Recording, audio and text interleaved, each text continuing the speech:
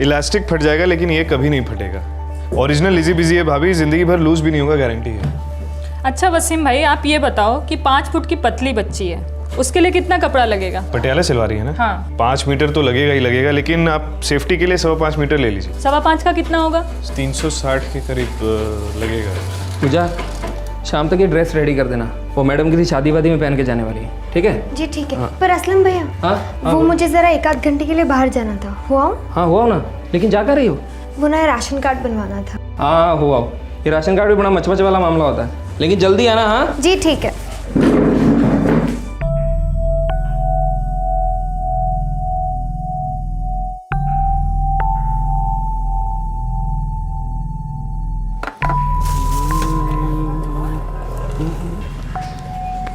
सुनील भैया, जरा एक और बार देख लीजिए ना।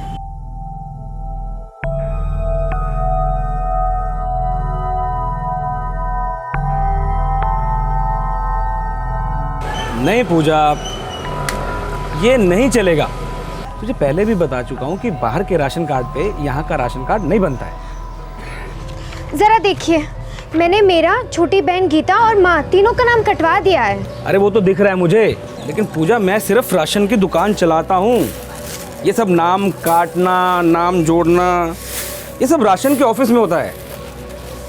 राशन ऑफिस मतलब आप किसी को तो जानते होगे ना वहाँ पे? प्लीज मेरी मदद कर दीजिए ना। अरे पूजा, मैं खुद के लिए कुछ नहीं कर सकता हूँ।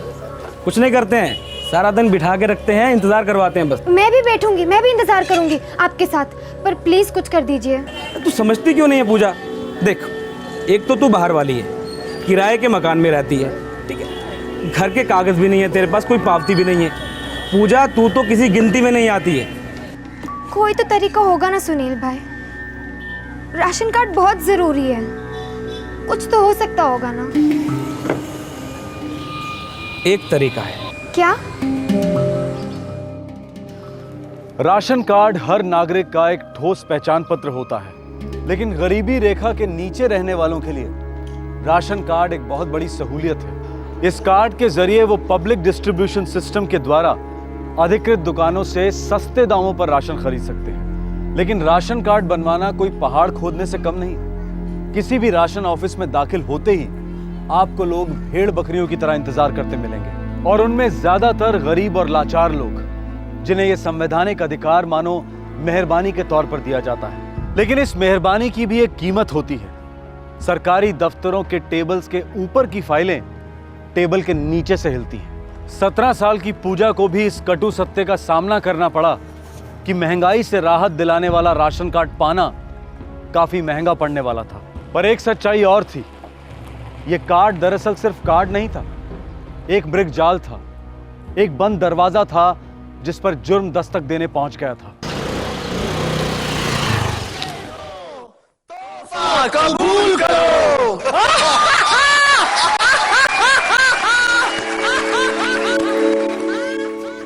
अरे गण्या, संडे मतलब पूरा दिन भ्या भ्या टीवी देखने का क्या? अरे काही शाळेचं होमवर्क आहे कि नहीं है?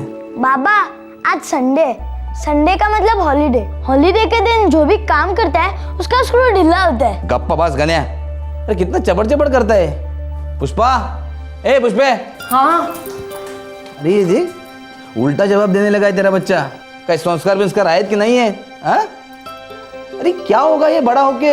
इस देश का क्या होगा? देश के बारे में आप राजनीति वाले जाने, मुझे तो इस वक्त दोपहर के खाने के बारे में बताइए, आप हो या नहीं हो? अरे मैं समझो लेट हो गया तो नहीं, तो एक काम कर, अभी अलमारी में से 5,000 रुपये निकाल के दे। अच्छा। ऊपर रख, ए बंद कर रहे, ऊपर है ऊपर। 1 2 3 4 5। क्या? हाँ दे जल्दी चल।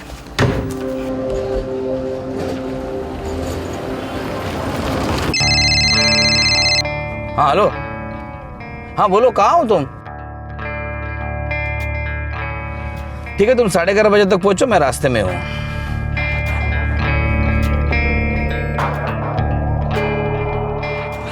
सलाम साहब। सलाम सलाम। आज इतवार को भी ऑफिस है? अरे पार्टी कामगार को क्या इतवार क्या सोमवार, पूरे एरिया का लोड अब मेरे ऊपर है, हाँ? सांस लेने की फुर्सत नहीं है। जी साहब।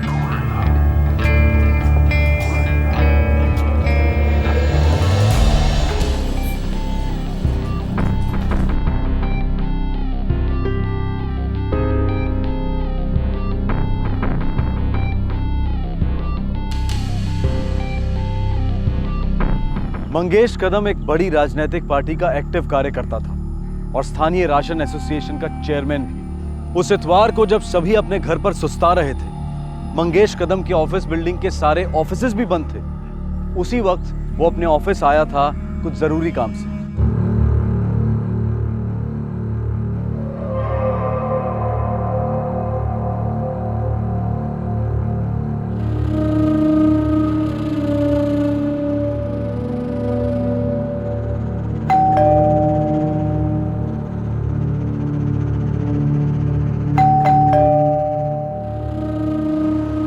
मंगेश भाऊ,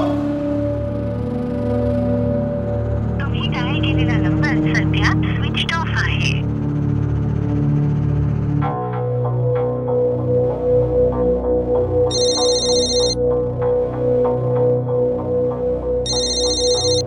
हेलो, कौन बोल रहा है?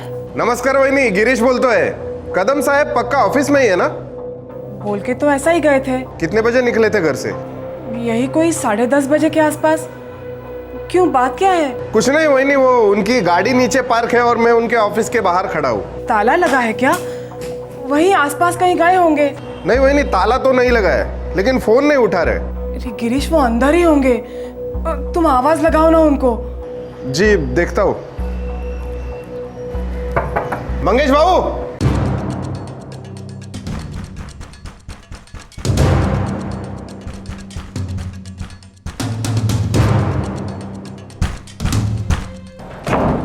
तोडून टाक दरवाजा, तोड रे।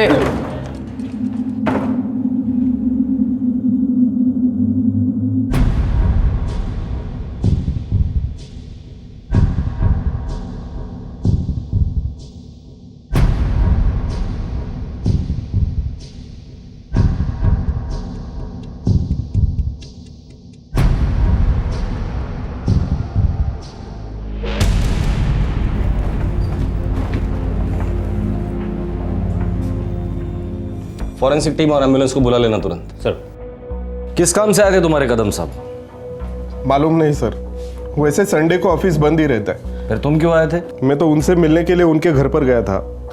वहिनी ने बोला कि वो ऑफिस गए तो मैं ऑफिस आ गया। यहाँ पर देखा तो नीचे उनकी गाड़ी पार्क है और दरवाजे पर ताला नहीं। मैं बेल बजाया जा रहा था, मोबाइल पर फोन भी कर रहा था, ऑफिस के लैंडलाइन पर भी किया, लेकिन कोई रिस्पॉन्स नहीं। तभी लगा कि कुछ तो गड़बड़ है।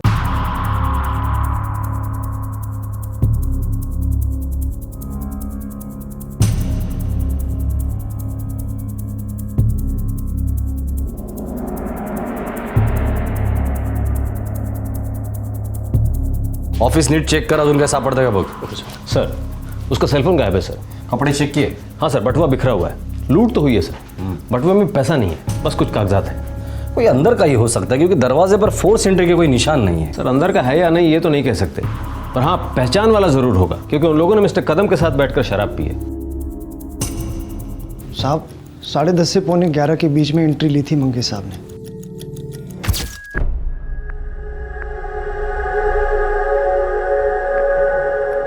उसके बाद कौन आया था ऑफिस? 11:30 बजे मैं खाना खाने घर चला गया था। मैं यहाँ पड़ोस की चौल में रहता हूँ साहब। खाना खा के कितने बजे लौटे ऑफिस? जी 1:30 बजे साहब। 2 घंटे का lunch break.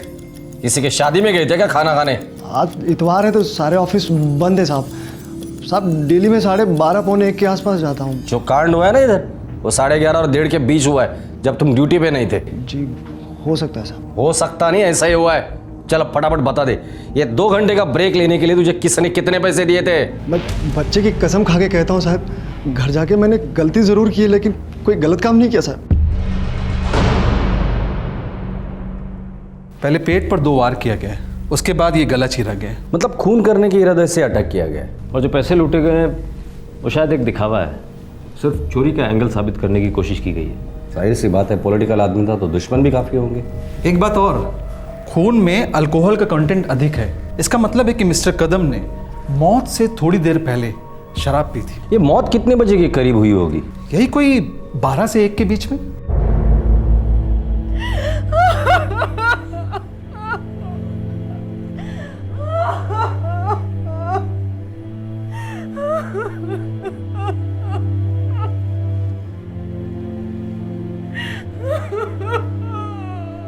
Pushpa ji, party आपके दुख को अच्छी तरह से समझती है। मंगेश भाऊ हमारे पार्टी के बहुत ही मजबूत कार्यकर्ता थे। आप किसी भी बात की चिंता मत कीजिए, पार्टी सब संभालेगी। और जिसने भी ये किया है, समझो वो तो कया।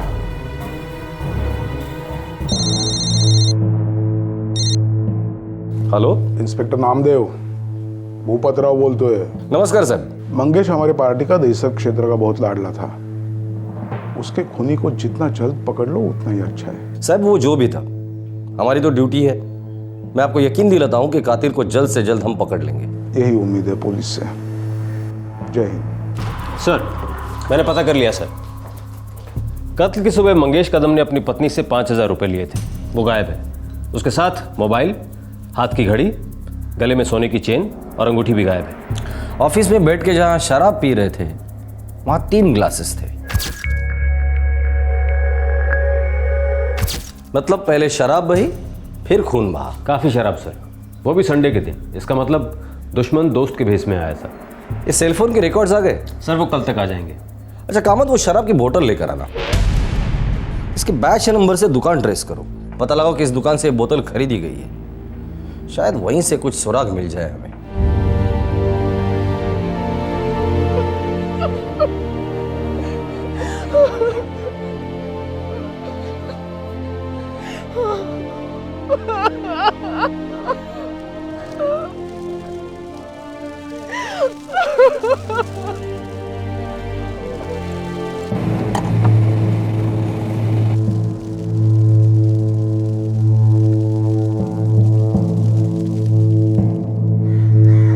कदम साहब को बहुत प्यार करते थे सब लोग, सबका काम कर देते थे वो।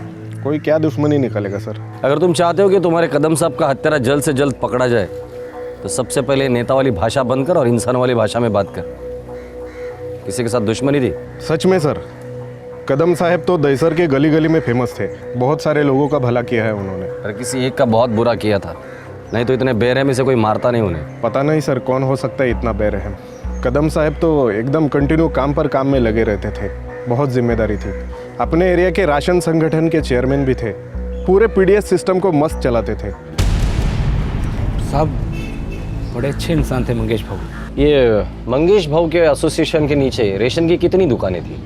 पूरे दहिसर में कुल 7 राशन की दुकानें और कुछ छोटे मोटे किराने वाले भी थे। साहब मंगेश भाऊ का दिल बहुत बड़ा था।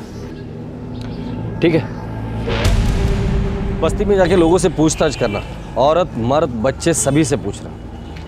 इस आदमी का दिल बहुत बड़ा था, एक बार तो गलत धड़का ही होगा।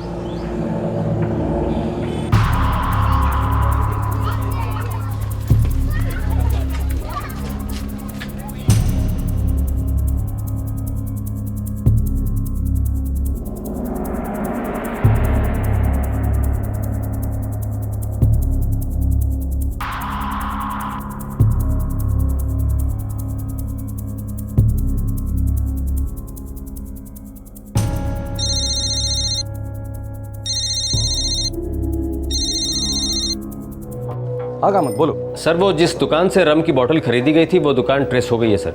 Very good. कहाँ गई दुकान? सर दहिसर में।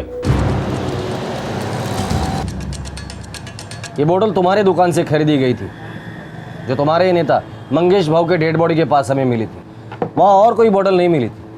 मतलब ऑफिस में वो शराब नहीं रखते थे। हमें यकीन है ये बोतल संडे को खरीदी गई थी। कोई आइडिया किसने खरीदा था? मैं रजिस्टर चेक करके आपको बताता हूँ। पूरा खंबा आराम का ना सर। शनिवार को 16 बोतलें बेची हैं इस ब्रांड की, और संडे को एक ही बोतल बेची है सर। दामत ये वही बोतल, कौन लेके गया था, याद है? सर संडे का मतलब इतना ज़्यादा रश होता है दुकान पर कि किसी को याद रखना बहुत मुश्किल है। ज़रा दिमाग पर जोर डालो और याद करने की कोशिश करो। तो कुछ याद आ जाए तो मुझे फ़ोन करके बता देना। Yes sir. नहीं सर, सुपारी तो बिल्कुल नहीं निकली थी। पॉलिटिकल आदमी, वो भी दहीसर का। सुपारी निकलने से पहले हम सब खबरी लोग उसे सूंघ लेते सब। कातिलों ने कदम के साथ बैठकर शराब पी। दोस्त थे शायद। पॉलिटिक्स में कौन दोस्त और कौन दुश्मन? कदम भाऊ दहीसर के हर बात में बहुत फेमस थे। जो भी मिल जाता साथ में बैठ के 2 पैक लगा लेते थे, मतलब कि दारू के फुल शौकीन। और क्या क्या शौक पालता था तुम्हारा ये कदम? वो भी ताज़ा माल का। लेकिन हमने जितनी इंक्वायरी की उसमें लौंडीबाजी के बारे में किसी ने नहीं कहा। साहब अभी सेठ चिली की तरह अपने ही डाल पे कौन कुलाड़ी मारेगा? पॉलिटिक्स का मामला है ना साहब, किसी को कोई लफड़ा नहीं मानता। मैंने भी सुना था हवा में उड़ती हुई खबर, किसी लड़की के साथ में चक्कर था साहब। ये बात तो हमने भी सुनी थी सलीम। इसके आगे मालूम नहीं, मतलब कि बात हवे में है साहब। बात को हवा से जमीन पे लेके आ। चल निकल, अभी चलता हूँ साहब। सेलफोन के रिकॉर्ड्स आ गए? आधे घंटे में टेबल पे होंगे। लेकिन सर सेलफोन अभी भी स्विच ऑफ आ रहा है, लोकेशन ट्रेस नहीं हो पा रही है। मुझे लगता है इन्होंने सेलफोन तोड़ मोड़ के फेंक दिया होगा। एक राजनीतिक पक्ष का उभरता हुआ कार्यकर्ता मारा गया था। अपने इलाके में उसका बहुत नाम था, हर कोई उसके बारे में अच्छे शब्द ही बोल रहा था। वो गरीबों की मदद के लिए मशहूर था, पर फिर भी बेरहमी से उसका कत्ल कर दिया गया। अब सवाल यह था कि इस मर्डर के पीछे मकसद क्या था? कौन था यह हत्यारा या फिर हत्यारे? अब तक पुलिस को कोई ब्रेक थ्रू नहीं मिला था। इंतजार था मंगेश कदम के सेलफोन रिकॉर्ड्स का। सर मंगेश कदम के सेल रिकॉर्ड्स आ गए हैं। सर मंगेश कदम को 10:45 पे कॉल आया था। हाँ हेलो, हाँ बोलो, कहाँ हो तुम?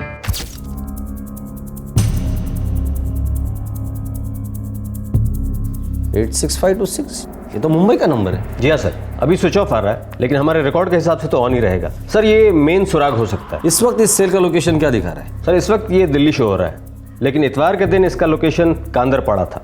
ये लास्ट कॉल थी मंगेश कदम के मोबाइल पे। इसका मतलब है हत्यारा कांदरपाड़ा की है। सर इस नंबर के भी सेल रिकॉर्ड्स आ गए हैं, ये प्रीपेड नंबर है। मंगेश कदम को फोन करने के बाद ठीक 4 मिनट बाद 10:49 को इस नंबर पे फोन किया था। सर मुझे लगता है इन 2 कॉल्स के बीच में ही सारा खेल हुआ है। काम करो, ये नंबर ट्राई करो। हाँ सर।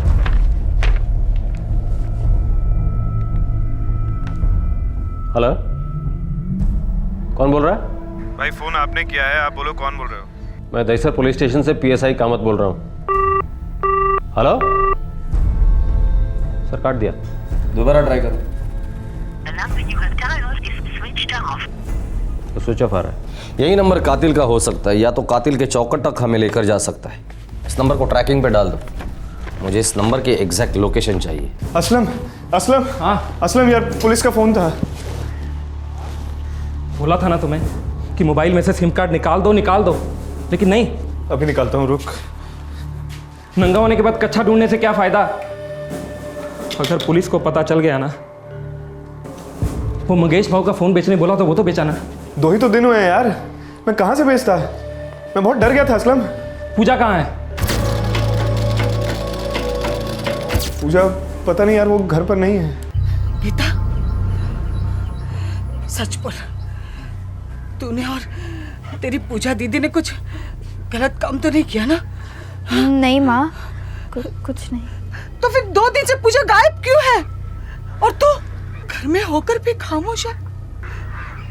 और इस तरह तू ऐसे डरी डरी से क्यों बैठी है बेटा? पता क्या छुपा रही है? मैं देखती हूँ।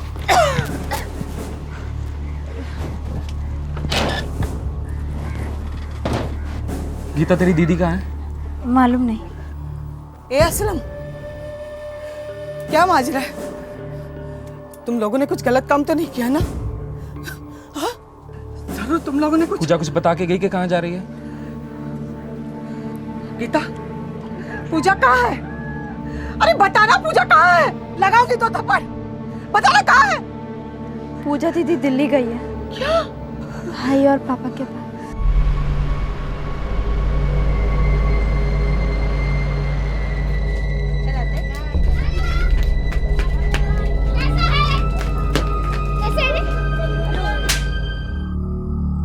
क्यों ऐसा किया तूने पूजा? हाँ, क्यों ऐसा किया तूने? तुम तीनों को मुंबई में छोड़कर मैंने जीवन की सबसे बड़ी गलती की। तुम तो अब फंस गई, बेचारी गीता को भी फंसा दिया। हाँ बाबा, आपने हमें अकेला छोड़कर दिल्ली नहीं लौटना चाहिए था। पिछले 3 साल हमने मुंबई में कैसे काटे वो सिर्फ हम जानते हैं। एक खराब हालत थे हमारे, बता भी नहीं सकते। आप ही हम लोगों को लेकर गए थे ना, आपने ही मुंबई के सपने दिखाए थे ना। लेकिन जिस दिन आपकी तबीयत बिगड़ गई, हमारी किस्मत भी बिगड़ गई। आप तो यहाँ लौट आए भैया के पास, लेकिन हम वहां जलील होते रहे। माँ घर घर जाकर बर्तन मांजती, मैंने सिलाई का काम शुरू कर दिया। पढ़ाई तक छूट गई थी, बड़ी मुश्किलों से गीता को पढ़ा रही थी, और फिर माँ की भी तबीयत बिगड़ गई। जीना दुश्वार हो गया था। जीना दुश्वार हो गया था तो किसी को मार के तुझे क्या मिला? वो भी उस मंगेश कदम जैसे बड़े आदमी को। कुछ हासिल नहीं करना था उससे मारकर। तो फिर क्यों मारा मंगेश कदम को?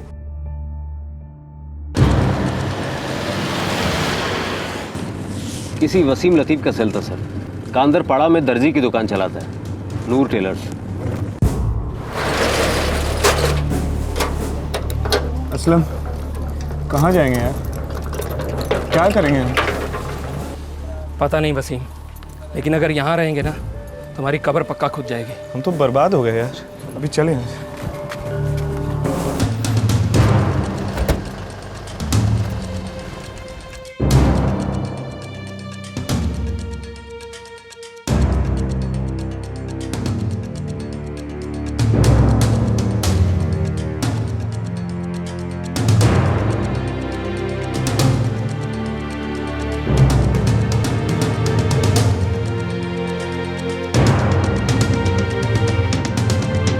दोनों क्यों भाग रहे हैं? यही होंगे, पकड़।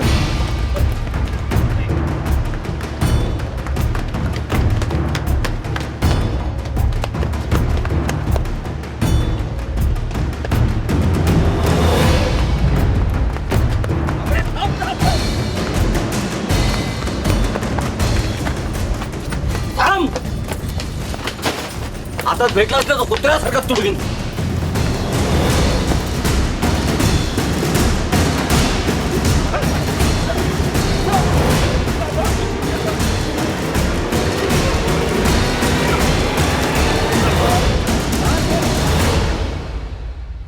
यकीन कीजिए साहब, हम लोग बेगुनाह हैं। बेगुनाह हो तो हमें देखकर भागे क्यों? ओलंपिक पे हिस्सा ले रहे हो क्या?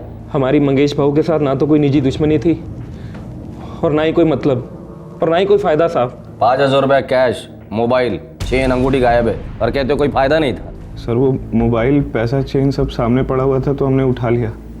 लेकिन साहब हम लोगों ने जो कुछ भी किया वो सिर्फ पूजा के लिए किया है। पूजा?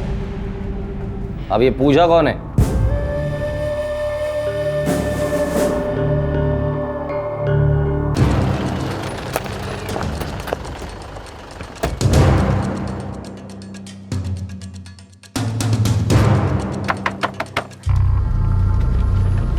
पूजा कहाँ है? सर वो पूजा कहाँ है? सब इस बच्चे को मत डांटिए। हम सब पूजा को लेकर बहुत परेशान हैं। वो 2 दिन से गायब है, किसी को कुछ भी पता नहीं कि वो कहाँ है। इस बच्चे का मुंह भी बंद है साहब। उसकी चिंता तुम मत करो, पुलिस स्टेशन में तो गूंगे भी बोलते हैं। ले चलो इसे। मेरे बच्चे को छोड़ दो साहब। साहब मेरे बच्चे ने कुछ नहीं किया।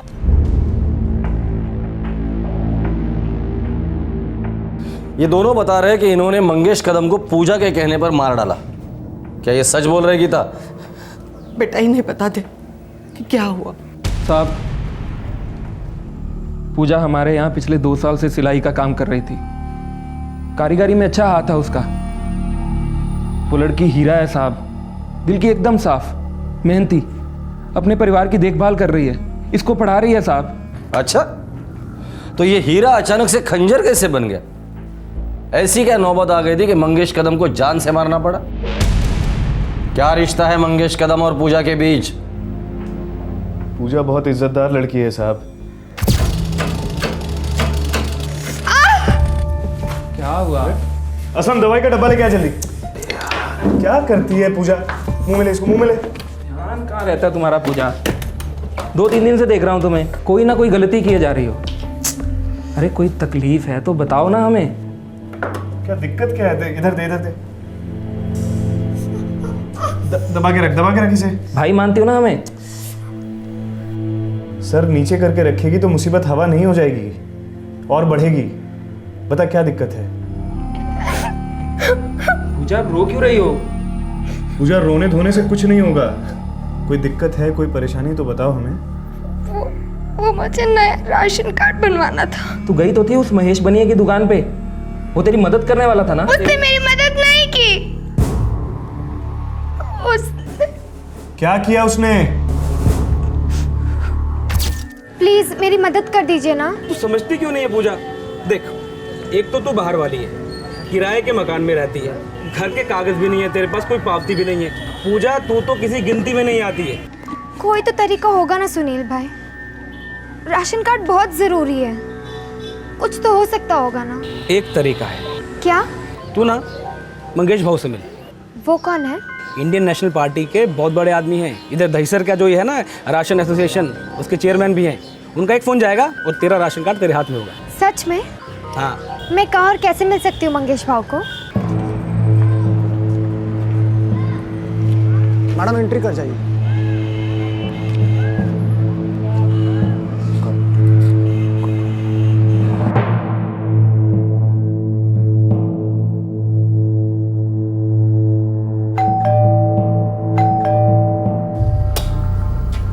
नमस्ते। बोलिए, क्या काम है? सर मेरा नाम पूजा है, मुझे मंगेश जी से मिलना था। हाँ वही तो पूछे मैंने, क्या काम है? मुझे नया राशन कार्ड बनाना है। ये तो यहाँ नहीं बनता, राशन ऑफिस में बनता है। पर सर वहाँ मेरी कोई मदद नहीं कर रहा। अरे कौन है रे गिरीश? कुणी नहीं साहब, एक मुलगी है, रेशन कार्ड बना के मांगता है उसको। हाँ आने दे उसको, अंदर आने दे। जी जा, निकल पड़ी तेरी।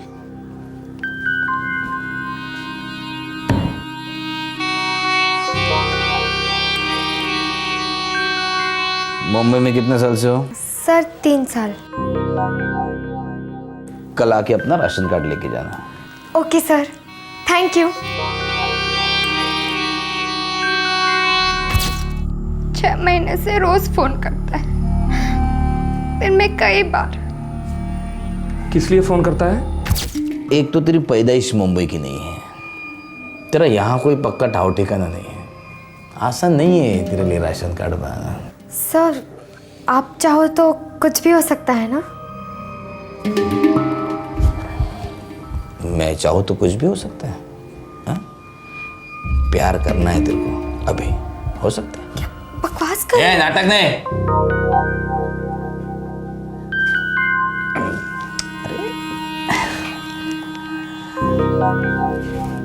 तेरे को कार्ड चाहिए ना? तू बैठ बैठ बैठ। तू मेरे से कोऑपरेशन चाहती है ना? तो तुझे थोड़ा कोऑपरेट करना पड़ेगा ना, है ना? हाथ से हाथ मिला के काम करेंगे, डरते नहीं। हाँ बिल्कुल नहीं। अच्छा एक बात बता, कुंवारी है तू? है? अरे कार्ड चाहिए ना? मैं हर बार जाती तो बहुत गंदी तरह से पेश आता, लेकिन मेरा कार्ड नहीं बना रहा था 6 महीनों से। तो पिछले 6 महीने से वहां जा क्यों रही है? राशन कार्ड बनवाने। राशन कार्ड बनाना कितना जरूरी है ना? राशन कार्ड के बिना खाना पीना सब मुश्किल पड़ जाता है, इतनी महंगाई है।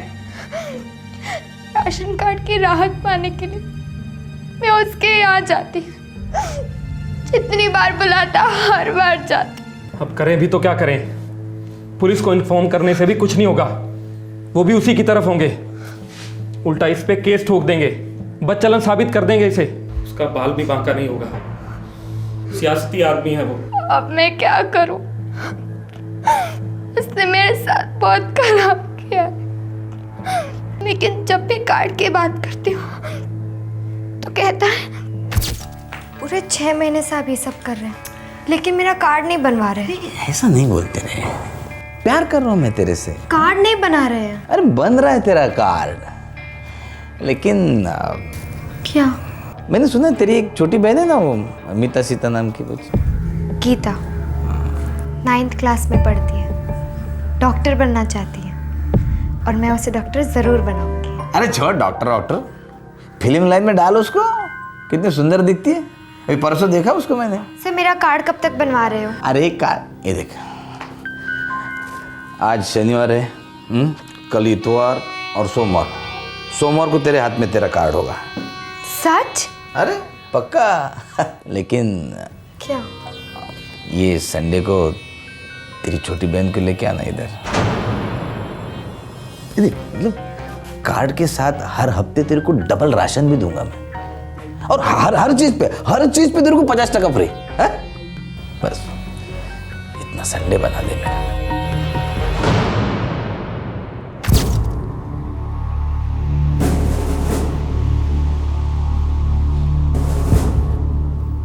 पूजा दीदी जाती भी तो किसके पास? आपके पास आती तो आप क्या कर सकते थे सर? कुछ भी तो नहीं। साहब, हमसे सहा नहीं गया। पूजा हम दोनों को अपना भाई कहती थी और हम दोनों भी उसे अपनी छोटी बहन मानते थे। वो आदमी पिछले 6 महीने से उसके साथ खिलवाड़ कर रहा था, बेवकूफ़ बना रहा था उसे। और उस दिन तो उसने हद कर दी साहब, वो इस बेचारी बच्ची को भी निकल जाना चाहता था। बस साहब, हमने ठान लिया कि इस साले को सबक सिखा के रहेंगे। और सबक सिखाना जरूरी था साहब।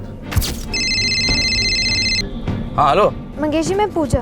हाँ बोलो, कहाँ हो तुम? मैं बस गीता को लेकर पहुंच रही हूँ। ठीक है, तुम 11:30 बजे तक पहुंचो, मैं रास्ते में हूँ।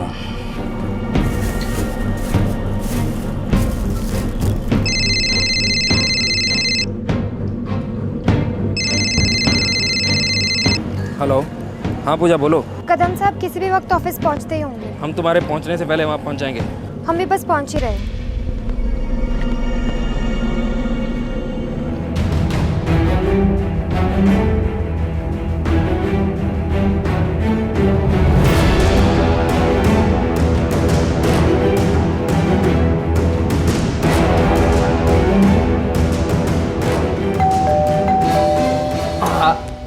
सलाम मंगेश भाऊ। अरे सलाम तुम दोनों इधर कैसे? आज तो संडे है। अरे भाऊ कुछ नहीं, इधर से जा रहे थे तो सोचा थोड़ा आपसे मिलते चले। अरे नेकी और पूछ आओ भी आओ।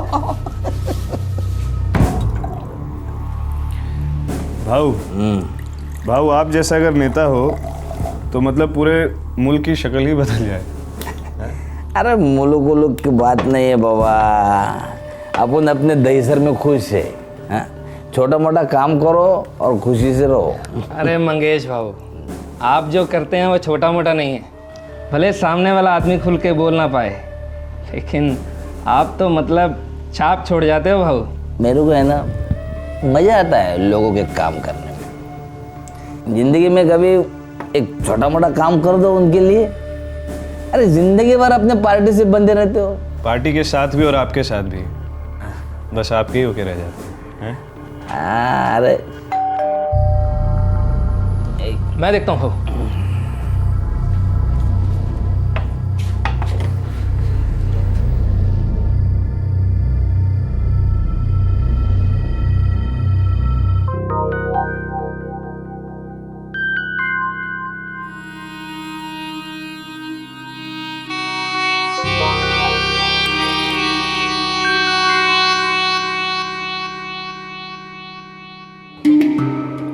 भाई असलम वसीम, आने के लिए बहुत बहुत शुक्रिया। अभी आप लोग जाओ, मुझे इन बच्चियों की सेवा करनी है। बहुत दिन से अप डाउन चल रहा है बेचारी का। ठीक है भाऊ, फर्ज पहले है, नशा वशा तो फिर कभी होता रहेगा। हाँ भाई, जय हिंद। सलाम भाऊ।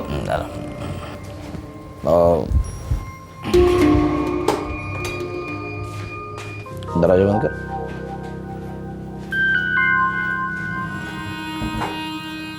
What is your name? Gita. Oh, lovely. Come in. Come. Oh, तो बैठ जा इधर, बैठ जा। फटाफट, तुम्हें तो पता है कैसे फटाफट निपटाता हूँ मैं। कम, अरे डरते नहीं, कम कम कम।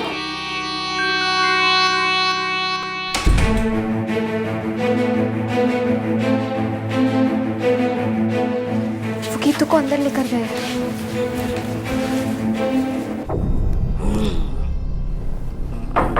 क्या है पूजा? क्या है? अरे आ रहा हूँ यार। क्या है? क्या है? अरे तुम दोनों वापस कुछ भूल गए क्या? ना, आप भूल गए भाव। आप भूल गए कि पाप का घड़ा भरता है तो फूटता ही फूटता है। क्या है वसीम? ये गीता तुम्हारी बेटी जैसी है। पिछले 6 महीने से तू पूजा को नोच नोच के खा रहा है। तुझे रत्ती भर भी शर्म नहीं आई भाव? हैं? राशन कार्ड के नाम पर लोगों के साथ खिलवाड़ करता है भाऊ। आज से तेरा दाना पानी बंद मंगेश भाऊ। मार!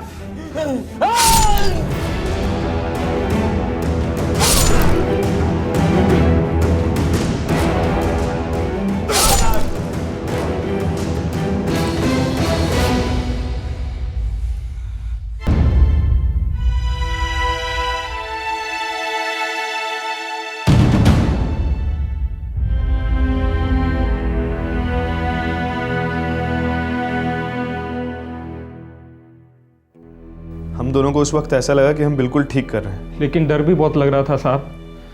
हम लोगों ने एक आदमी की जान ली थी, लेकिन हम लोग क्रिमिनल नहीं है सर, कारीगर हैं। इसीलिए शराब लेकर गए, उसके साथ बैठकर पी और नशे में जो हुआ सो हो गया, निकाल दी भड़ास। देखो मंगेश कदम ने जो कुछ भी किया वो गलत ही था, पर तुम दोनों ने जो किया वो भी गलत है। कानून तोड़ने की सजा तो अदालत देती है और गुनाह की सजा ऊपर वाला, और तुम दोनों ना ही अदालत हो ना ही ऊपर वाले।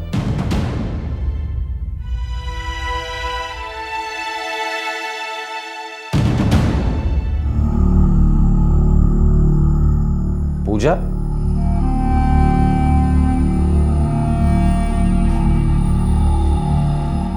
तुम पूजा ही हो ना?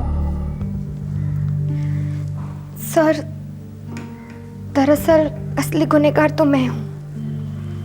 वसीम भाई और असलम भाई को मैंने ही उकसाया था मंगेश कदम को मारने के लिए। उसने न जाने क्या क्या किया मेरे साथ, पर मैं चुपचाप सहती रही। लेकिन मैं अपनी छोटी बहन गीता पर कोई आँच नहीं आने देना चाहती थी। उसने अगर गीता की मांग नहीं की होती तो मैं बार बार जाती, इस्तेमाल होती रहती, राशन कार्ड मिलने तक। वैसे भी हम गरीबों का फर्ज होता है ना बेआबरू होते रहना। हमारे आज के एपिसोड की दूसरी कहानी।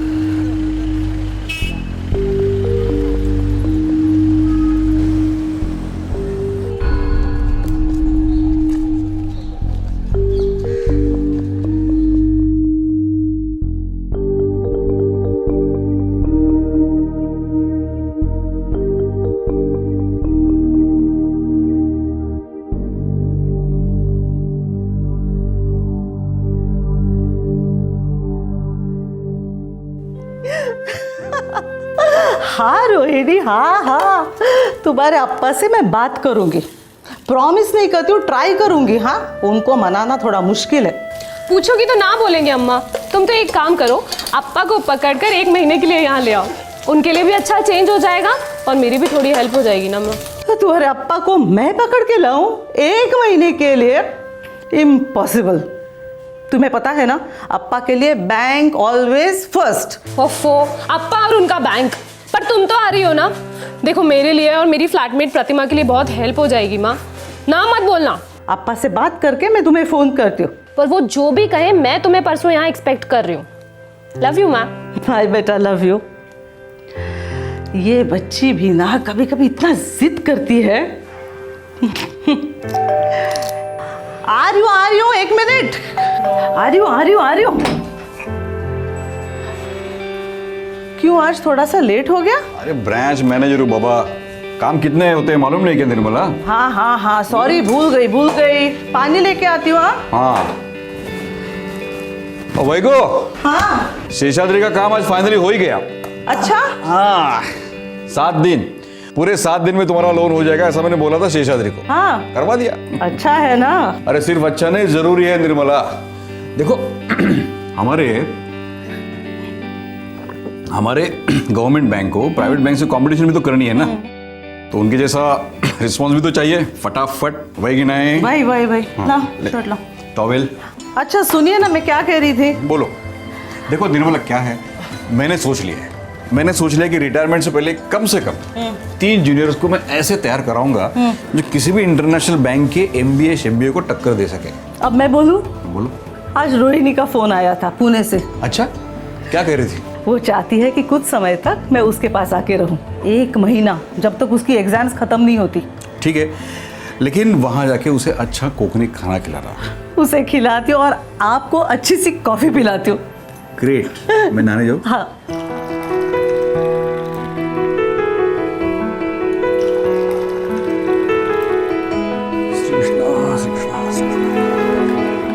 निर्मला, तुम कल सुबह ही पुणे चले जाओ ना। और आप? तुम तो जानते हो मैं नहीं आ सकता। हाँ, लेकिन अगले हफ्ते एक दिन जरूर आ जाऊंगा। रहने दीजिए, मुझे पता है आप नहीं आएंगे। बैंक का कोई अर्जेंट काम जरूर निकल आएगा, देखिए आप। अरे काम नहीं होगा तो क्यों नहीं आऊंगा मैं। सुनो, तुम रोहिणी को पूरा सपोर्ट देना। हाँ। बेचारी बहुत टेंशन में होगी, है ना? और आजकल बच्चे स्ट्रेस भी तो बहुत लेते हैं। आप कम लेते हैं क्या? छोड़िए। देखो निर्मला, मैं कल सुबह की तुम्हारी बस की टिकट बुक करवाता हूँ ऑनलाइन। यहाँ से? हाँ, अरे आजकल सब कुछ तो ऑनलाइन होता है। तुम क्यों नहीं सीख ली थी कंप्यूटर? मैं क्या करूँगी ये सब सीख के? 1 महीना मुझसे दूर रहोगी, कम से कम पुणे से ऑनलाइन रोमांस तो करोगी। रोमांस? देख, मैं इतना भी बुरा नहीं हूँ यार। हाँ?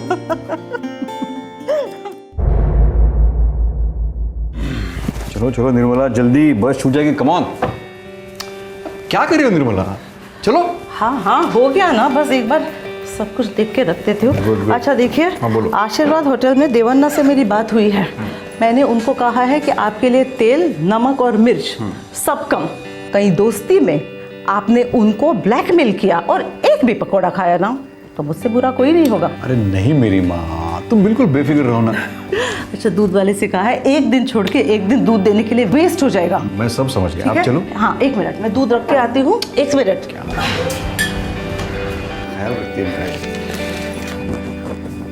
अच्छा, अरे ये आपकी दवाइयों की लिस्ट। हाँ, इसमें डोज लिखा है, याद से ले लेना। एक काम करो, हाँ। मेरा नाम और टेलीफोन नंबर मेरे शर्ट पे चिपका दो ताकि मैं भूल ना जाऊं। अरे भगवान के सामने रोज दिया जलाना मत भूलना। मैं बूझने ही नहीं दूंगा उसे, ठीक है? ये क्या कर रही हो निर्मला तुम? सेंटिमेंटल। कम ऑन, पुणे ही तो जा रही हो, और वो भी 1 महीने के लिए। चले? चलिए।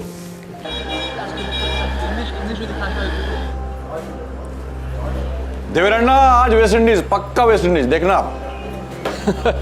भाई अन्ना, आज मैं बैट नहीं लगाएगा। ये टीम तो राम भरोसे भी नहीं रहा। अरे नहीं यार, ऐसा मत बोल।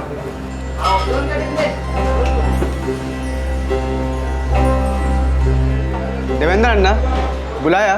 हाँ वेंकटेश, अपना पायानो को क्या खिला रहा है? सर, तेंदुली और काजू की सब्जी, कैरी की चटनी और मंगलूर का स्पेशल प्रेसिडेंट दाल। बात है यार, देवेंद्र ने तो अपने गांव का लगता है। हाँ, अपने गांव से। जात भाई है। कौन से गांव से है तू? वामनजूर। वामनजूर? अरे तो मेरा ही गांव है वामनजूर। वामनजूर में कहाँ? अमृतेश्वर मंदिर है ना, उसमें मित्रा समाज होटल है ना, वही गली में। अच्छा, तो वही गली में रहता है? हाँ। अयो, मत याद दिला यार वो बचपन के दिन। सच में कितने बढ़िया दिन थे वो देवेंद्र अन्ना, क्या बताऊँ। कब से यहाँ पर? अभी 2 हफ्ता पहले ये और इसका एक दोस्त रघु, दोनों को काम पे रखा है। अच्छा वेंकटेश, अपना पाई अन्ना का मिसेस 1 महीने के लिए गाँव गया। समझा? इसलिए इनका खाना हमारे ही होटल से जाएगा। समझ गया सर, एकदम मित्रा समाज होटल जैसा। प्रेसिडेंट दाल। बस 3 साल और, उसके बाद मैं यहाँ का सब कुछ समेट कर अपने गांव वापस मंगलुरु। घर घर होता है यार। आप सरकारी सर्विस वालों का भी चांदी है, चांदी। अच्छा, gratuity fund, maturity fund, retirement, हर महीने पेंशन। हम छोटे बिजनेस वाले तो एक हफ्ते से आगे का भी सोच नहीं सकते। वो सच है, लेकिन दिल तो तुम्हारा भी करता होगा ना अन्ना। वो गांव के हरे भरे खेत, वो मंदिर में बजती हुई घंटियां और वो फिल्टर कॉफी का स्वाद। गांव गांव होता है, घर घर होता है। किसी बड़े शहर का इत्र गांव में बीते बचपन की खुशबू पर हावी नहीं हो सकता। वो मासूम यादें बार बार लौट आती हैं और शहरी इंसान को घर लौटने के लिए प्यार भरी मिन्नतें करती हैं। और अगर वो शहरी अपने गांव वाले से टकरा जाए तो पहली ही मुलाकात में यादों के बादल फट जाते हैं, भाईचारे की बौछार हो जाती है। 55 वर्षीय सीनियर बैंक ऑफिसर रामाकृष्ण पाई के साथ भी कुछ ऐसा ही हुआ। रामाकृष्ण पाई मुंबई के घाटकोपर इलाके के निवासी।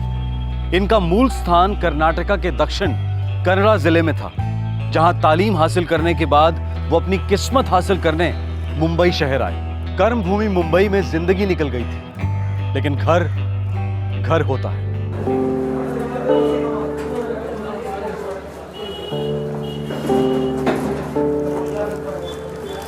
पाया ना, ये रघु वेंकटेश का जोड़ीदार।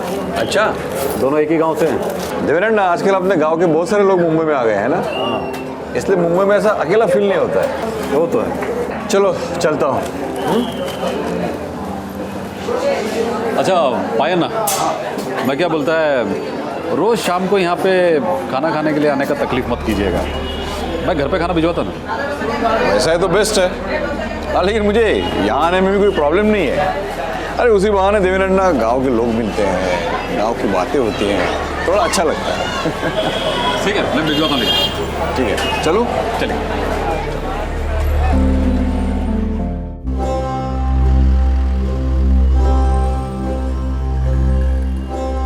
गांव से आने वाले हर अजनबी में रामाकृष्ण पाए कुछ अपनापन खोजते, उसके जरिए अपनी यादों को ताजा करते। गुड इवनिंग साहब। Good evening. Good evening.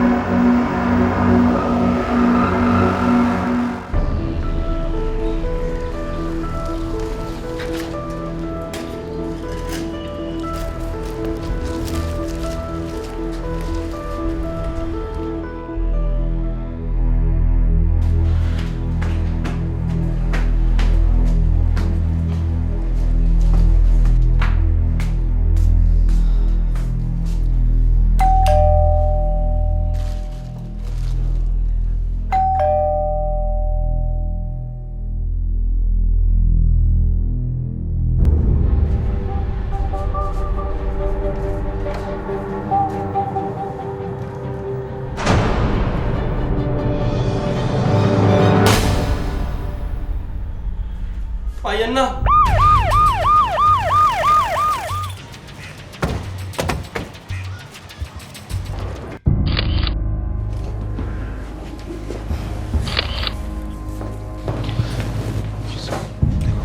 और सब सर्च करते हैं।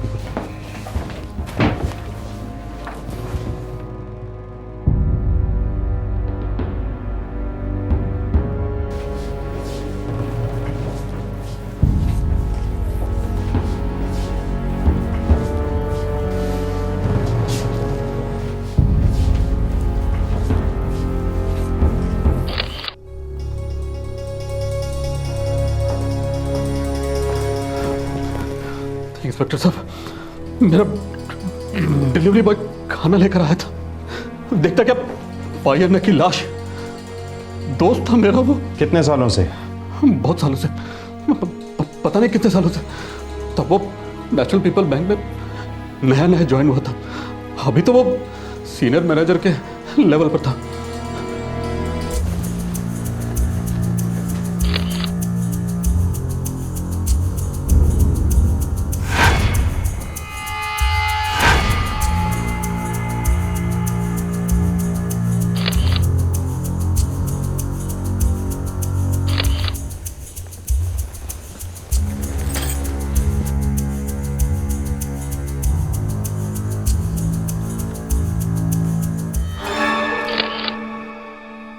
सर कबर्ड और ड्रॉर खुले हुए हैं, काफी कुछ चोरी हुआ है। मिस्टर पाई पिछले एक हफ्ते से इस घर में अकेले रह रहे थे। देवेंद्र जी ने उनकी मिसेज और बेटी को फोन किया है। जब वो लोग आएंगे तभी पता चलेगा क्या क्या चोरी हुआ है। सर अलमारी को उसकी चाबियों से खोला गया है, कोई तोड़फोड़ नहीं है। इनके बटुए में पैसे मिले, मोबाइल फ़ोन नहीं लिया गया, जेब में ये कॉन्डम का पैकेट मिला है, ये चाबियाँ, नाइफ। ये तो कोई रसोई में काम करने वाली छुरी लगती है। जी। इस पर के फिंगरप्रिंट चाहिए मुझे। मिल जाएंगे, बस थोड़ा टाइम लगेगा। गला बहुत ही ज़्यादा ताकत लगाकर काटा गया है, क्योंकि अंदर की सारी पाइप्स रप्चर है और ब्लीडिंग बहुत ज़्यादा हुई है। अपने ही घर के ड्राइंग रूम में मारे गए मिस्टर पाई। इनके ऑफिस का बैग इनके पास ही पड़ा था। मौत कब हुई होगी डॉक्टर? दोपहर करीब 2:30 से 3 के बीच में। सर शनिवार था, बैंक में हाफ डे होता है। और घर में घुसते ही आक्रमण हुआ मिस्टर पाई पर। और सर घर की चाबियां इनकी लाश के पास मिली है, जहाँ पे इनका बैग भी था, और घर में जबरदस्ती घुसने भी कोई निशान नहीं है। इसका मतलब है कि खूनी अच्छी तरह से जानता था मिस्टर पाई को, जो पहले से घर में मौजूद था, या फिर दरवाजे पर उनका इंतजार कर रहा था। और सर मिस्टर पाई की शर्ट पॉकेट से कॉन्डम का पैकेट भी मिला है। और इनकी बीवी 1 महीने के लिए पूना गई।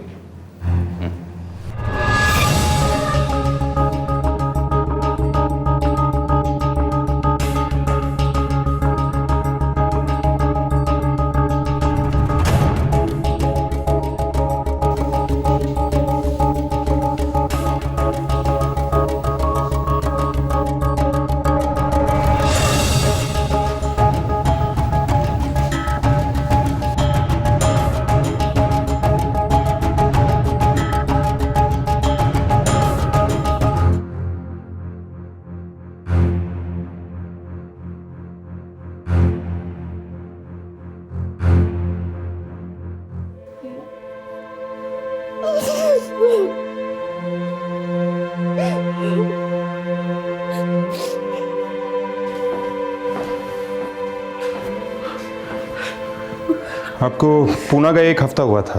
जी सर, मैं अपनी बेटी के यहाँ गई थी। क्या क्या चुराया गया है? मेरे सारे जेवर गए हैं सर। घर में लगभग 25,000 कैश था, वो भी गया। मेरी शादी के लिए अप्पा ने जो जेवर बनवाए थे वो भी गए। ये जेवर और कैश आप हमेशा कबर्ड में लॉक रखते हैं? जी सर, हमेशा। चाबियाँ एक गुच्छे में थी, जिसमें घर की चाबी भी थी, और ऐसे 2 सेट्स थे, एक मेरे पास था और एक रोहिणी के पापा के पास। खूनी इन चाबियों के बारे में जानता था मिसेस निर्मला पाई। ऐसा कोई है आप तीनों के अलावा जो इन चाबियों के बारे में जानता हो? नहीं सर। किसी से कोई दुश्मनी? आपके पति ने कभी कुछ जिक्र किया हो? किसी से कोई परेशानी थी? नहीं सर, उनकी दुश्मनी किसी के साथ में नहीं थी। आपका ये आशीर्वाद होटल यहाँ से काफी पास है। जी, यहाँ से सिर्फ 5 मिनट। आप दोनों रोज मिलते थे? रोज तो नहीं, हाँ पिछले हफ्ते 2 बार पाया नाम से मिलने आया था, मिलकर मैच देखते थे।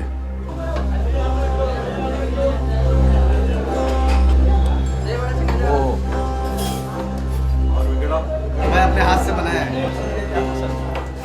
बस 2 ही बार पाई नाम से होटल में मिलने आया था, लेकिन हमारा लड़का रोज शाम को उनका खाना लेकर यहाँ आता था। आप लोगों में बहुत पुरानी दोस्ती थी, आप बता रहे थे। सिर्फ दोस्ती नहीं, बल्कि हम जात भाई हैं। हम सब लोग मैंगलोर साइड के हैं, गौड़ सारस्वत। निर्मला जी, आपके पति का किसी औरत के साथ कोई अफेयर था? इंस्पेक्टर साहब, मेरे पति बहुत अच्छे आदमी थे। अफेयर सिर्फ बुरे लोगों के नहीं होते हैं मिसेस पाई। नहीं इंस्पेक्टर साहब, ये आप क्या कह रहे हैं? हमारा पाई अन्ना तो पूजा पाठ करने वाला एकदम सीधा साधा आदमी था। हमको तो ऐसा सुनकर ही अजीब सा लगता है। उनके शर्ट की जेब से हमें एक कॉन्डम का पैकेट बरामद हुआ है। हाँ? माँ,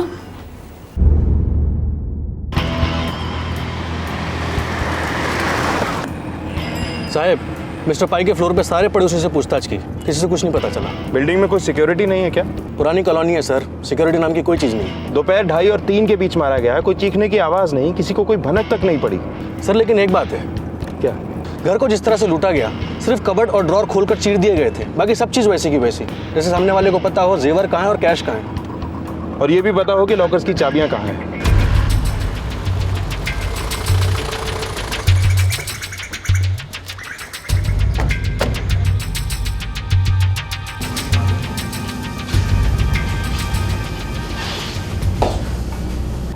टू ईयर्स की सर्विस थी मिस्टर रामाकृष्ण पाई की, बेदाग सर्विस ऑफिसर, और काम में भी बहुत पक्के थे।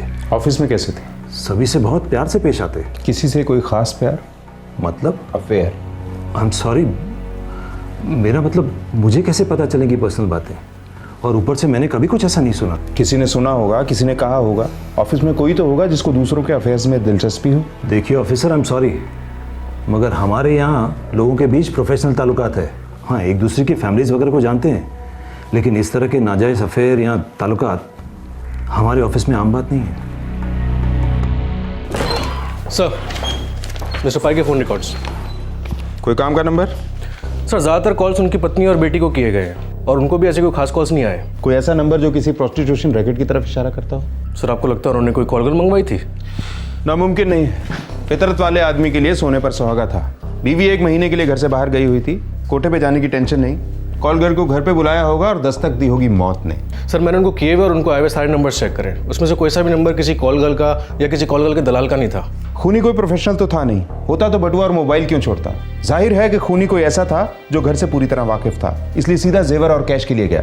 सर मिस्टर पाई की पत्नी और बेटी दोनों पुणे में थी, और उनके अलावा उनका करीबी दोस्त है देवेंद्र, होटल आशीर्वाद का मालिक।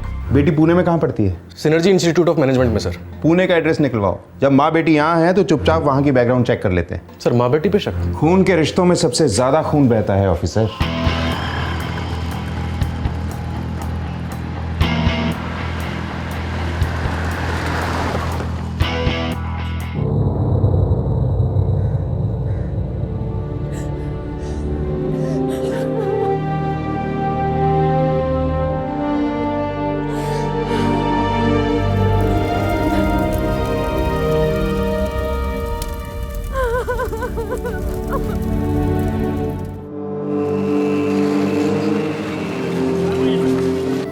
सर पिछले पूरे हफ्ते रोहिणी यहीं थी, घर के ही अंदर।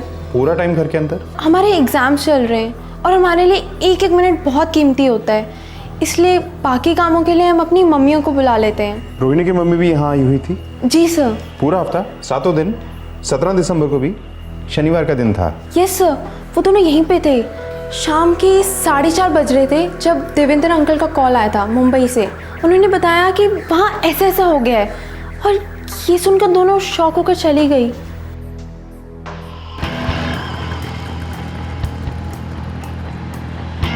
रोहिणी, मिसेस पाई और देवेंद्र तीनों के फोन रिकॉर्ड्स मंगवाओ। Yes sir. चेताले, एक बात समझ में नहीं आ रही। क्या सर?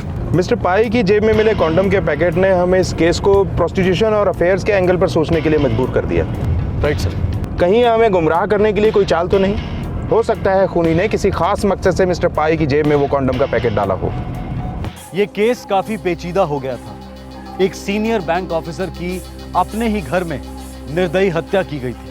पूरी संभावना थी कि खूनी कोई करीबी जान पहचान वाला था, लेकिन ना तो कोई ठोस सुराग मिले थे और ना ही सबूतों का नामो निशान था। सर कोई प्रोग्रेस चेताले?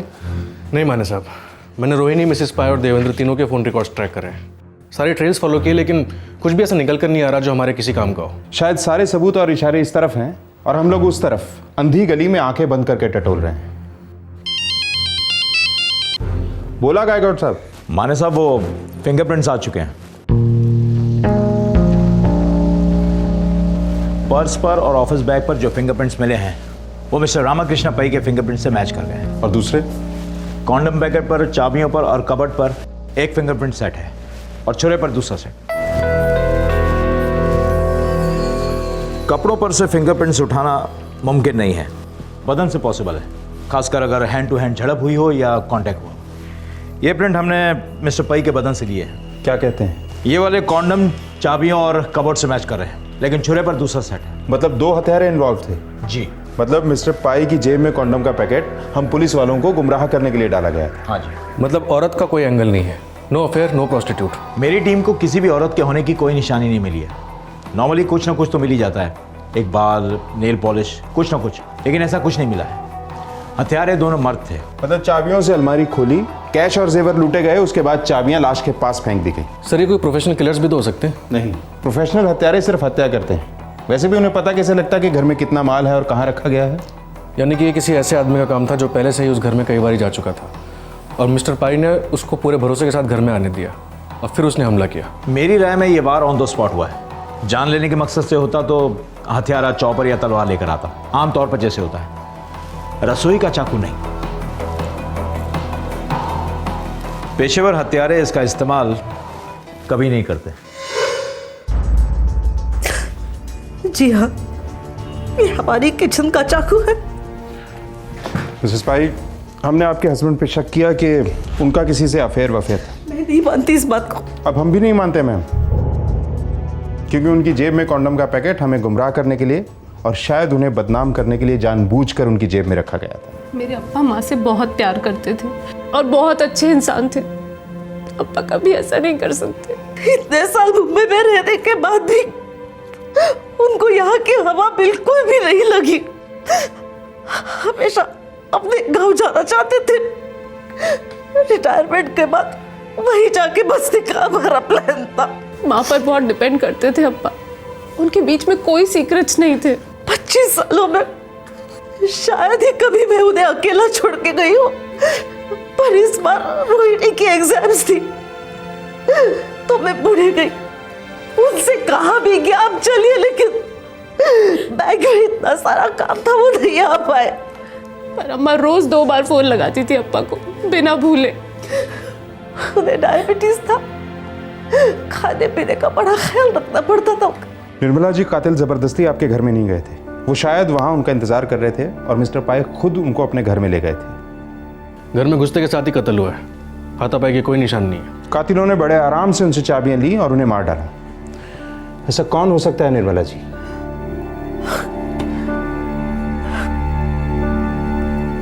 सच में इंस्पेक्टर, मैं तो सोच भी नहीं सकती हूँ कि ऐसा कोई करीबी रिश्तेदार या दोस्त ऐसा कर भी सकता है। मिसेस पाई का कहना है कि खूनी उनके यानी मिस्टर पाई और मिसेस पाई की अच्छी पहचान वाला नहीं हो सकता। मतलब ऐसा इंसान हो सकता है जिससे मिस्टर पाई करीब हुए हों लेकिन मिसेस पाई को खबर ना हो। यानी दोस्त तो नहीं हो सकता, मतलब देवेंद्र तो नहीं हो सकता। पूरा पाई परिवार उनको अच्छे से जानता है।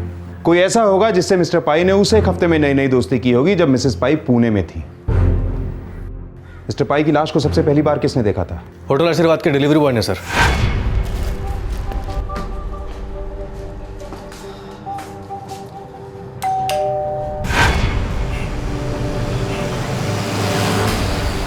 जी हाँ, पाया ना मेरे होटल में सबसे घुल मिल जाते थे, पूरे स्टाफ के साथ। वो डिलीवरी बॉय जिसने मिस्टर पाई की लाश को सबसे पहले देखा था वो कहाँ है? गुरु, एक मिनट। कृष्णा, गुरु को ला रहे। चल। क्या हुआ साहब? सर ये मेरा रेगुलर डिलीवरी बॉय है, भरोसे वाला लड़का है। हम भी अभी तक शक नहीं कर रहे हैं, बस पूछताछ के लिए लेके जा रहे हैं। ले चलो। चल।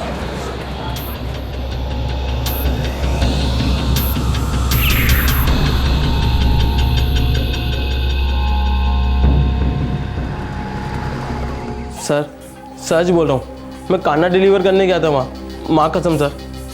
सबसे पहले क्या देखा तूने?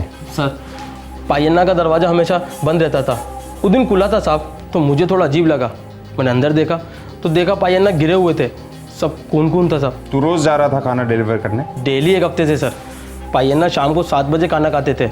मेरे सामने कहा था कि डॉट 6:30 बजे पहुँच जाना गर्मा गर्म खाना लेकर। उस दिन 3:30 से 4 के बीच में पहुँचा तू? क्योंकि वो रात का खाना नहीं था, शाम का नाश्ता था, डोसा था साहब। शनिवार को उनका हाफ डे होता था ना, तो शाम को घर आके डोसा खाते थे पायन्ना। मिस्टर पाई से अच्छी पहचान थी तुम्हारी? पायन्ना की पूरे होटल में सभी से अच्छी जान पहचान थी। हम एक ही गांव के, एक ही जात के। मतलब तुम्हारे अलावा बाकी स्टाफ को भी पता था कि शनिवार के दिन मिस्टर पाई बैंक से जल्दी लौट आते हैं? मालूम ही होगा सर, उनकी सबसे अच्छी दोस्ती थी।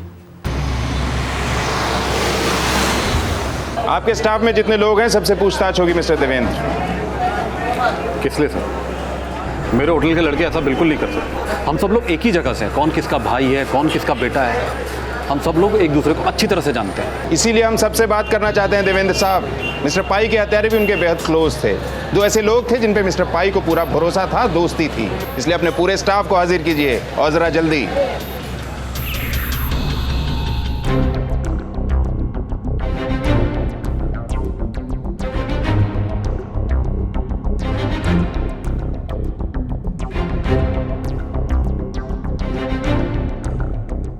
स्टाफ बता रहा था 2 लड़के और थे, नए नए आए थे। वो दोनों यहाँ क्यों नहीं है? वेंकटेश और रघुपति।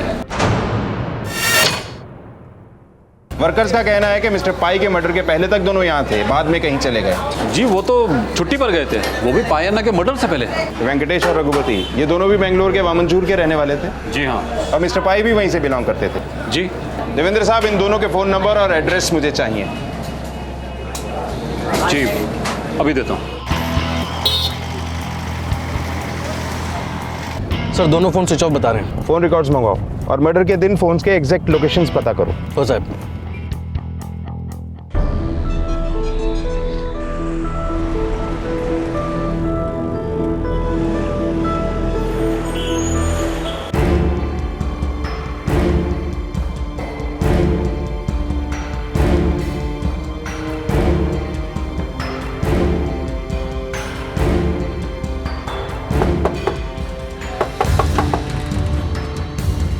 वेंकटेश शनॉय? हाँ साहब, मैं ही वेंकटेश सिन्हा। तुम्हें हमारे साथ चलना होगा। तुम्हारा दोस्त रघु कहाँ रहता है? क्यों साहब, कोई प्रॉब्लम साहब? कोई वो तुमको और रघु को एक साथ बताएंगे। कहाँ रहता है वो? बाजू में 3 गली छोड़ के रहता है साहब। जाओ रे, उसको भी लेके आओ। साहब कोई गलतफहमी हुआ। हम लोग तो 15 दिसंबर को ही मुंबई से यहाँ आए। साहब हमको तो अभी मालूम पड़ा आपसे कि पई अन्ना का खून हो गया। हाँ साहब, और मेरे पास मुंबई टू मैंगलोर का टिकट भी है। Train ticket, Netravati express, Mumbai to Mangalore, 15 December. हाँ वेणु साहब, हम उन लोगों का इंतजार कर रहे हैं। इंस्पेक्टर माने, मुझे नहीं लगता ये दोनों लड़के इन्वॉल्व हैं। इंस्पेक्टर वेणु, हमारे पास सबूत हैं। अच्छा होगा कि आप उन दोनों को हमारे पास यहाँ ट्रांसफर कर दें।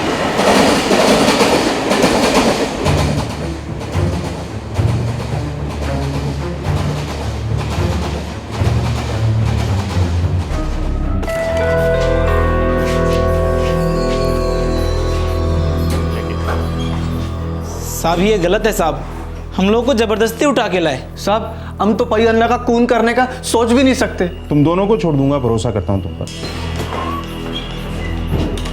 लेकिन जाने से पहले अंगूठा लगाकर जाना।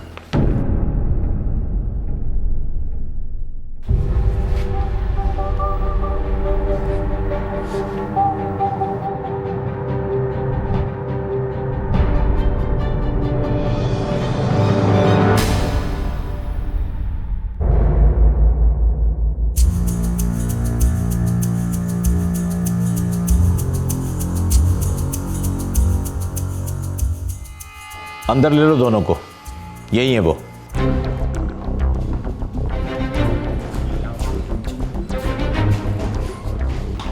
ये रहे तुम दोनों के कॉल रिकॉर्ड्स।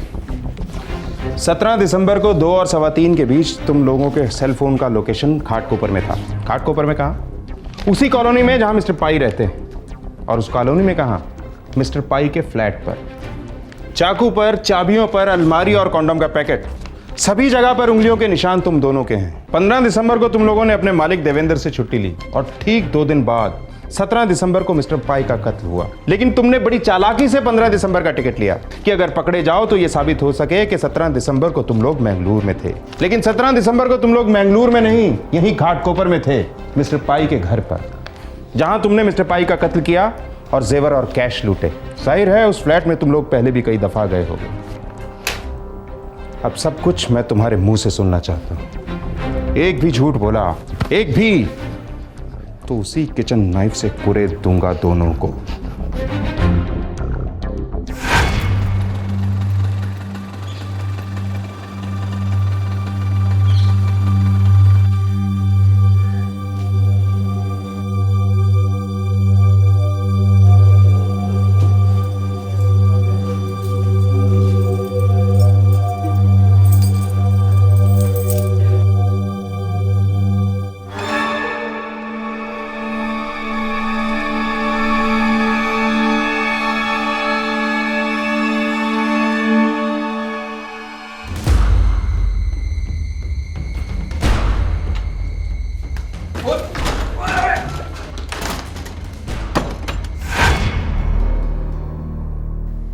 सर हम वहाँ सिर्फ लूटने के लिए गए थे, हमारा उनका मर्डर करने का कोई इरादा नहीं था।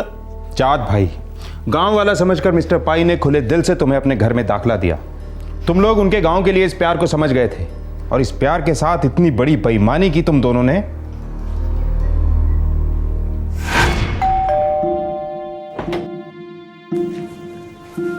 अरे वेंकटेशु भैया नमस्कार हो। हाँ नमस्कार हो। तो अभी अच्छा कोई बात नहीं, मैं तो अभी खाना खा ही रहा था, तू साथ में आ जा, चल साथ में खाना खाते हैं। ना भैया ना। अरे क्या लड़की की तरह शर्माता है, आजा अंदर आजा, खाना तो खाना है, आजा बंद करते। आजा।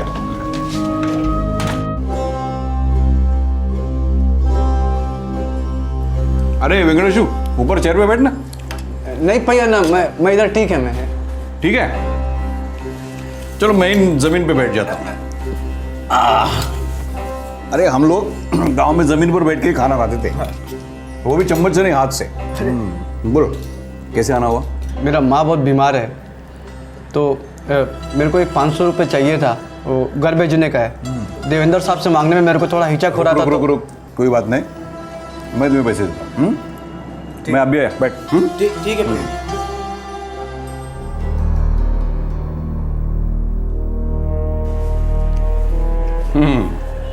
हो गया खाना?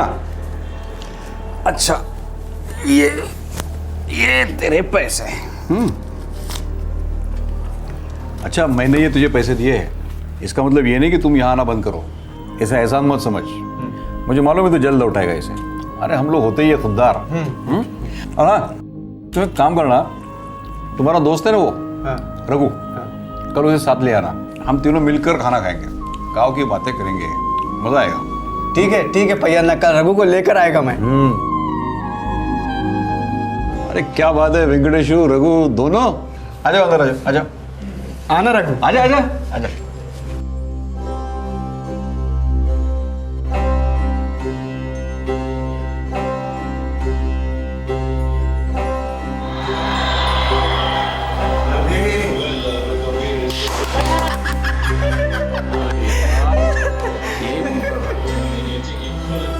बैंक मैनेजर रामाकृष्ण पाई को वेंकट और रघु में दो नए दोस्त मिले थे जो उन्हें उनकी बचपन की याद दिलाते थे।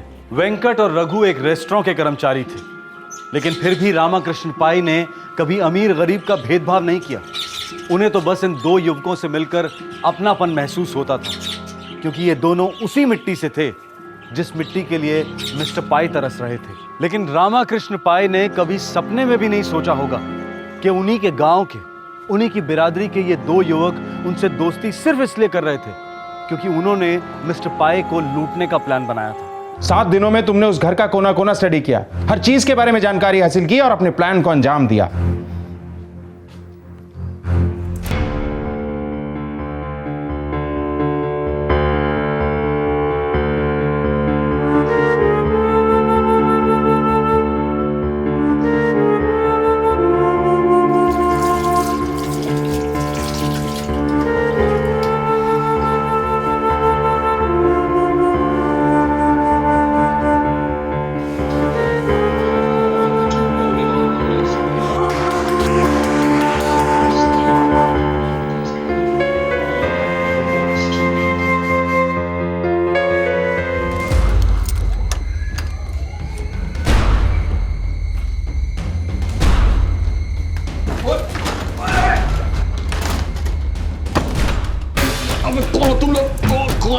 चाबी दे, नहीं दूंगा चाबी।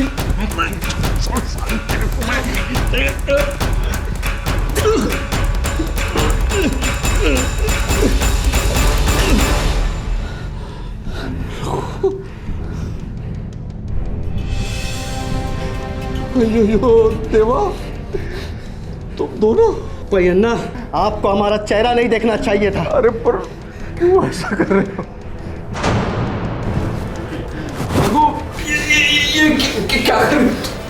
क्या चाहिए तुम्हें? तुम्हें क्या चाहिए? बोला था चाबी दे दो। अरे आपने नहीं दिया, आपको हमारा चेहरा नहीं देखना चाहिए था। लेकिन तुम ये नहीं कर सकते।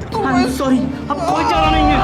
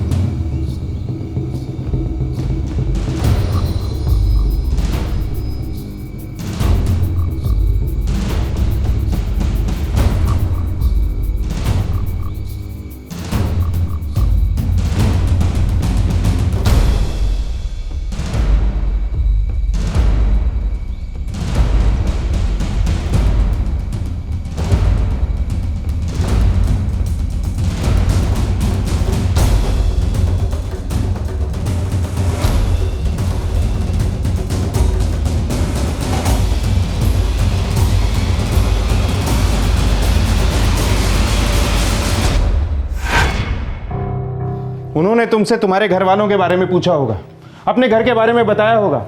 जब तुमने पैसे मांगे होंगे उन्होंने तुरंत निकाल के दिए होंगे। उन्हें क्या पता था कि ये सारी दोस्ती, ये सारा भाईचारा एक ढोंग था, एक दिखावा था उनके घर में एंट्री लेने के लिए। शर्म आनी चाहिए तुम लोगों को। ले जाओ इन्हें। चल चल।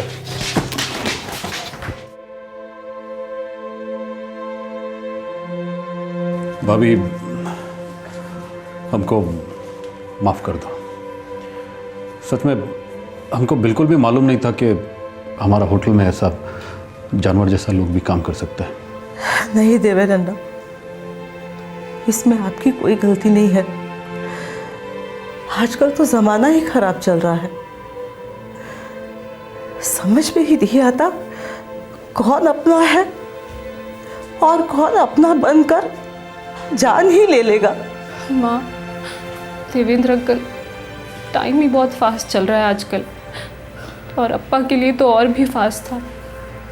काम तो वो बैंक में करते थे, पैसों में डील करते थे, पर कभी समझ ही नहीं पाए कि आज के ज़माने में रिश्ते, नाते, यादें सब पैसों से तोली जाती हैं। पैसों के एक्सपर्ट थे अप्पा, पर कभी पैसों को समझ ही नहीं पाए। पैसों ने जान ले ली अप्पा की।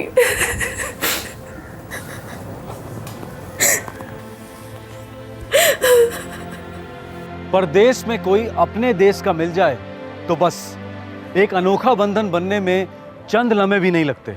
अरे वो ब्रिज अब नहीं रहा, और वो सिनेमा हॉल, वहां मॉल खड़ा हो गया है। ओहो, हम लोग तो वहां पर मॉर्निंग शो देखा करते थे। और वो बंसीलाल की पानीपुरी की दुकान, वो तो है ना। चंद लम्हे नहीं लगते और मजबूत रिश्ते बन जाते हैं। लेकिन कभी कभी ये गहरे रिश्ते दस्तक होते हैं एक गहरी साजिश के। हम ये बिल्कुल नहीं कह रहे कि अपने मिट्टी से जुड़े हुए रिश्तों को शक की नजर से देखना चाहिए, लेकिन आज का ये केस हम सब के लिए एक सीख है। सावधान रहिए, अपनी यादों और नॉस्टैल्जिया की वजह से अपने जजमेंट को कमजोर मत पड़ने दीजिए। आप अपने अतीत में जा रहे होंगे, लेकिन सामने वाला शायद वर्तमान का मारा है, जरूरतमंद है, शायद भयंकर लालच पनप रहा है उसके अंदर। लालच और ईर्ष्या, ये हमारे समाज पर लगे दो महाकलंक हैं। मदद के लिए दिया गया हाथ थामकर जिंदगी में कुछ अच्छा करने की बजाय ये जज्बात इंसान को हैवानियत के दलदल में खींचते हैं, जैसा कि हमने आज के केस में देखा। आपसे फिर मुलाकात होगी एक और रियल लाइफ कहानी के साथ, जो हमारे समाज और हमारे अंदर चल रही कश्मकश को दर्शाने वाला एक चमकता आईना है। तब तक अपना ख्याल रखें, सुरक्षित रहें। जय हिंद। इस तरह के और भी एपिसोड देखने के लिए हमारे चैनल को सब्सक्राइब करें और बेल आइकन दबाना ना भूलें।